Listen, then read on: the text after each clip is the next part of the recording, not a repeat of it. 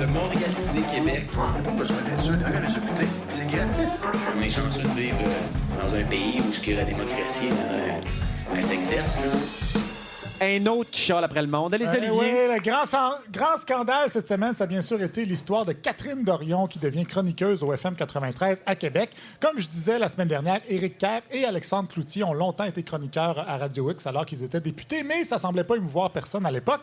L'affaire Catherine Dorion a fait plus jaser. Est-ce que c'est parce qu'elle est une femme, parce qu'elle porte une tuque? Peut-être, mais probablement aussi parce qu'elle est une communiste féministe. En tout cas, c'est ce que les auditeurs du FM 93 ont dit dans les commentaires que la page de l'émission Bouchard en parle a reçu suite à cette annonce. Se fait traiter de tous les noms, vendu, communiste, girouette, terminé. Et, je répète, vous avez le droit de ne pas écouter Catherine Dorion. Te demander la fermeture d'une station avec virulence et haine, ça me jette à la tête. Pourtant, quand ça fait 10 ans que tu crains ton public en traitant tout le monde de communiste, ça peut pas vraiment te jeter à terre de voir que tes auditeurs sont justement décrinqués. Et sur les 800 commentaires reçus, la plupart ont dit qu'ils allaient arrêter d'écouter la station au complet et pas juste le 15 minutes de gloire de Catherine Dorion. Je m'attendais à ce qu'il y ait 50% des gens qui disent « Je t'écoute encore, on va encore écouter le show, mais le jeudi matin à 8 h, tu m'as perdu. » Perdu le jeudi matin à 8 h, c'est 1%.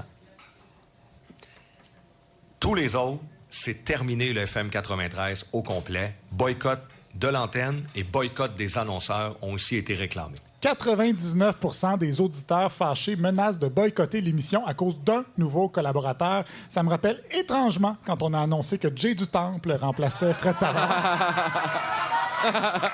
On te comprend, Sylvain, lâche pas.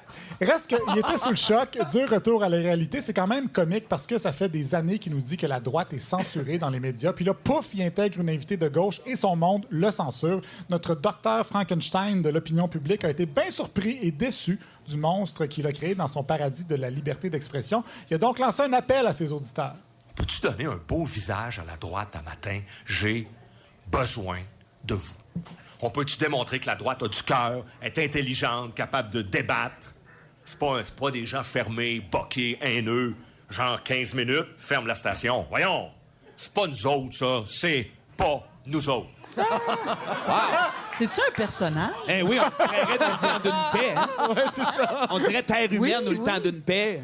Eh non, il était très émotif, mais il dit que c'est pas nous autres, mais c'est un peu des fois, oui, eux autres. Si je me fie aux commentaires sur les réseaux sociaux des différentes stations de radio du même genre, des commentaires, oui, souvent fermés, boqués, haineux. Et c'est pas nécessairement une question de droite ou de gauche, c'est une question de jouer avec les émotions des gens au point de leur faire peur. Et ça s'est reviré contre lui dans ce cas-ci. Ça n'a pas plu tellement à son collègue Éric Duhem sur la même station, qui lui préférait sans doute continuer de se vautrer dans la pensée unique.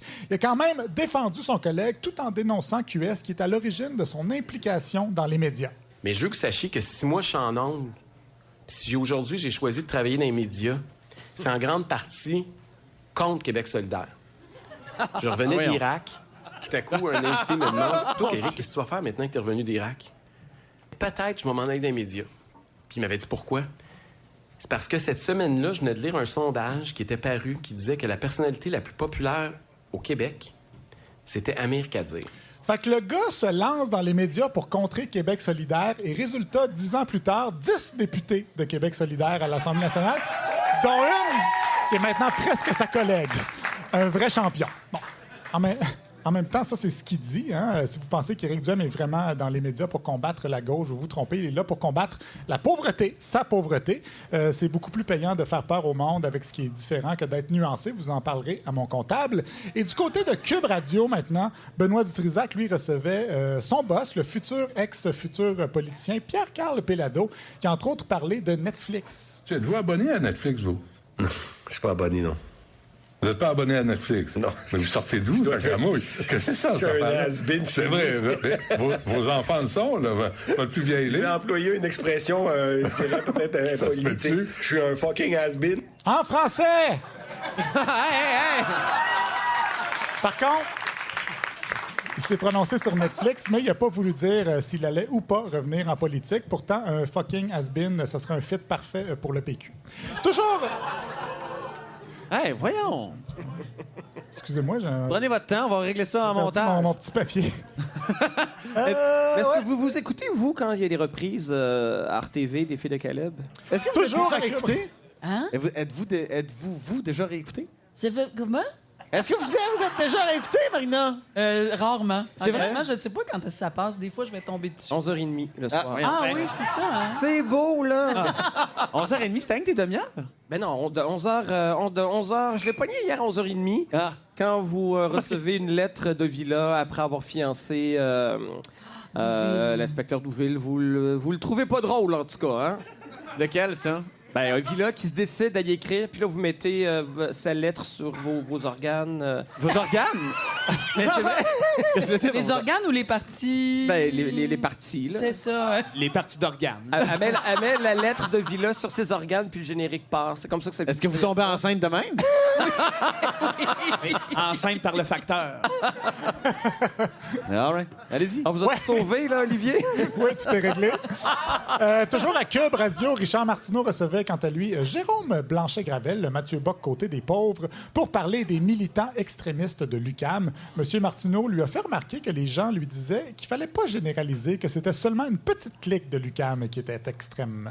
Il dit, moi, j'étudie à l'UQAM, puis c'est une très bonne université. Il dit, la gang dont vous parlez tout le temps, il dit, c'est une petite gang dans les sciences sociales à l'UQAM. Puis là, il dit, faut pas dire qu'eux autres représentent l'institution au grand complet. Oui et non. C'est-à-dire que c'est peut-être une petite gang, mais c'est une petite gang qui a un très, très grand pouvoir. Oui, exactement. Ils ont le pouvoir magique de fournir des sujets de chronique à Richard Martineau pour qu'il déchire sa chemise. En même temps, s'il est autant préoccupé par les petites cliques qui ont un très grand pouvoir, il va faire un moyen saut quand il va découvrir que les 26 personnes les plus riches de la planète détiennent autant d'argent que la moitié de l'humanité. Pas mal plus fréquent que des étudiants cassés en sciences humaines, pas de maths, si vous voulez mon avis. Radio X, maintenant, Dominique Moret recevait Rénal Duberger, un climato-sceptique professionnel, et les deux réagissaient à un commentaire de Dominique Champagne qui comparait son combat contre la pollution au combat contre le fascisme. Et ça, M. Moret a trouvé avec raison que c'était un peu too much comme comparaison. Ou peut-être, dans le cas de Dom Champagne, un bon cours d'histoire. Quand tu mélanges le fascisme à ça, là, c'est pas des bonnes nouvelles. Je vais te faire entendre un extrait, mon Rénal, ça dure une vingtaine de secondes. On écoute. Mais à la génération de mes grands-parents, ma grand-mère est rentrée au travail parce qu'à un moment donné, il fallait vaincre le fascisme. Mais le fascisme, ça s'est pas réglé en signant des pétitions. Il a fallu qu'il y ait une corvée nationale orchestrée avec une grande volonté politique d'y faire face, et on a été capable de le faire. Hitler et le verglas, même combat. Oui, effectivement, Hitler et le verglas, c'est une pente glissante, comme on dit. Mais assez ironiquement, 18 secondes plus tard, Rénal Duberger dévalait cette même pente glissante en downhill. On paye présentement une taxe sur notre essence, supposément parce que nous commettons un péché contre la planète à chaque fois qu'on conduit notre voiture. Alors, c'est vers ça qu'on s'en va. On s'en va vers du facho-climatisme, si on peut dire. Hein? Non, on peut pas dire ça. Il vient de le dire, Dominique Moret. Quand tu mélanges le fascisme à ça, c'est plus des bonnes nouvelles. Hitler serait pas fier de lui. Sinon, François Lambert, qui était sur toutes les tribunes pour parler de Théo Taxi, chaque fois qu'un ex-dragon fait l'actualité, François Lambert Targaryen, la mémère des dragons, comme j'aime l'appeler, est là pour réagir. Alors, on l'écoute nous expliquer pourquoi Théo n'a pas fonctionné en se basant sur le témoignage d'un seul chauffeur qu'il a rencontré une seule fois. Le chauffeur me disait, je pourquoi faire vous voulez vous syndiquer? Vous le savez que Théo va mal, tu sais? Puis le gars m'a dit, écoutez, monsieur, nous, les chauffeurs de Théo Taxi, la plupart, on vient du Moyen-Orient. Et nous, chez nous, il n'y en a pas de lendemain. Donc, on prend tout ce qu'on peut de l'employeur parce qu'on ne sait pas si l'employeur va profiter de nous le lendemain matin. Fait qu'on s'en fout s'il va fermer, c'est pas notre problème. Nous, on va tout ramasser. Chiche taouk, hein? Théo Taxi n'a pas fonctionné parce que les chauffeurs du Moyen-Orient ont voulu se syndiquer pour siphonner le plus d'argent possible, comme c'est la tradition dans leur pays. Ben oui! Moi, je regarde François Lambert aller et sa peur des syndicats me donne l'impression que c'est la tradition dans son pays de siphonner ses employés. Et on va finir avec quelques lapsus cocasses. Stéphane Bédard. Ça, là, on aime ça. Comme drôle de vidéo, un peu. Je sais. Stéphane Bédard à LCN qui nous parlait de la CAQ. Ça va faire en sorte que le gouvernement actuel, ça va rester un défi dans un contexte économique qui est entre deux pattes actuellement. Un vrai Jean Perron sur deux chaises, lui. François Cardinal, à Gravel le matin, lui, nous a parlé de l'ambassadeur du Canada en Chine. M. McCallum n'était en fait qu'un messager politique au service du premier ministre. ce que le Canada ne peut pas se permettre, là. Il est entre l'arbre et l'Écosse, hein? Entre l'arbre et l'Écosse, c'est un globe-trotteur, probablement. Et enfin, Yves Boisvert à Midi Info qui nous parlait de Marie-Chantal Chassé. Marie-Chantal Chassé, à qui on a demandé de quitter son poste. Il y a eu quand même quelques erreurs, mais on dirait que ça n'entache aucunement la lune de miel. Est-ce que les gens étaient si contents que ça de se débarrasser des libéraux? Mais c'est le contraire. C'était parfait, Marie-Chantal Toupin. Parce que Marie-Chantal Toupin, c'est autre chose. Quel lapsus. Oui, lapsus. Quel lapsus, oui. Surtout qu'il paraît que, contrairement à Marie-Chantal Toupin, Madame Chassé a bien de la misère à s'entendre avec ses chums de filles. Olivier Niquette, mesdames et messieurs, merci énormément. On a